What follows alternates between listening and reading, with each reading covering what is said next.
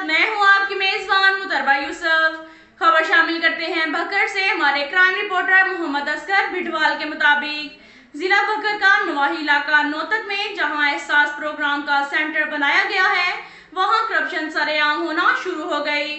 नौतक में जिस आदमी के पास डिवाइस है वो सरेआम लोगों से 500 से 1000 रुपए तक जबरदस्ती काट लेता है और धमकियां भी देता है कि जाओ, जिसको बताना है बता दो, मेरा कोई कुछ नहीं कर सकता। क्या इंतजामिया इसके साथ मिली हुई है?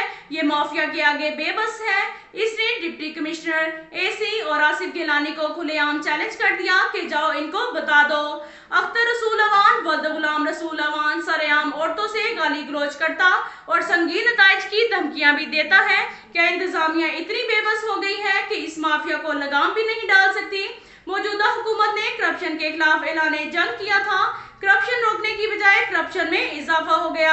आला हुकाम से नोटिस लेने का अवामी मुतालबा, करप्शन करने वालों के खिलाफ सख्त कार्रवाई की जाए। नोटिस लेने की शदीद तशवीश पाई जाती है। अब तक के लिए इतना ही काफी है। मिलते हैं अगले बुलेटिन में, हमारे साथ रहिएगा। अल्लाह हाफिज।